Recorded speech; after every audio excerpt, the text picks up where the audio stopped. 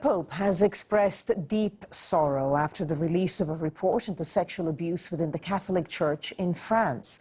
The report found there were nearly 330,000 victims over the past 70 years who were treated with deep and cruel indifference. The head of the French Conference of Bishops has expressed shame, asked for forgiveness, and promised to act. Niamh Barker reports. Many children abused by members of the Catholic Church were not believed or listened to for years. Some were even accused of contributing to what had happened to them. Among those victims, Olivier Savignac, abused by a priest when he was 13. Yes, the report is an earthquake. Yes, it's a hurricane. Yes, it's a tsunami. And it has to be a tsunami because today, when we see the numbers, it's so damning that no one can be in denial, both within the Catholic Church and the whole of society. The Roman Catholic Church betrayed the trust of the young and vulnerable on a devastating scale.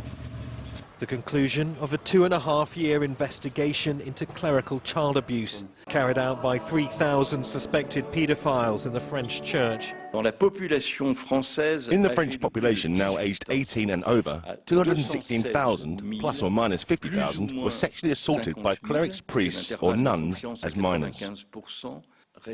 And when lay members of the Church, such as teachers at Catholic schools, are included, the number of child victims climbs to 330,000 over the 7-decade period. A major point that must be underlined is that until the early 2000s, there was a deep, total and even cruel indifference for years. Recent scandals have decimated the Church's credibility at a time of dwindling attendances. Last year, defrocked French Catholic priest Bernard Prenat was sentenced to 5 years in jail for abusing scouts in his care several decades ago. The case also led to the resignation of his superior, the Archbishop of Lyon, Philippe Barbarin, accused of covering up the abuse. The scandal in France is the latest to hit the Catholic Church, rocked by abuse scandals around the world.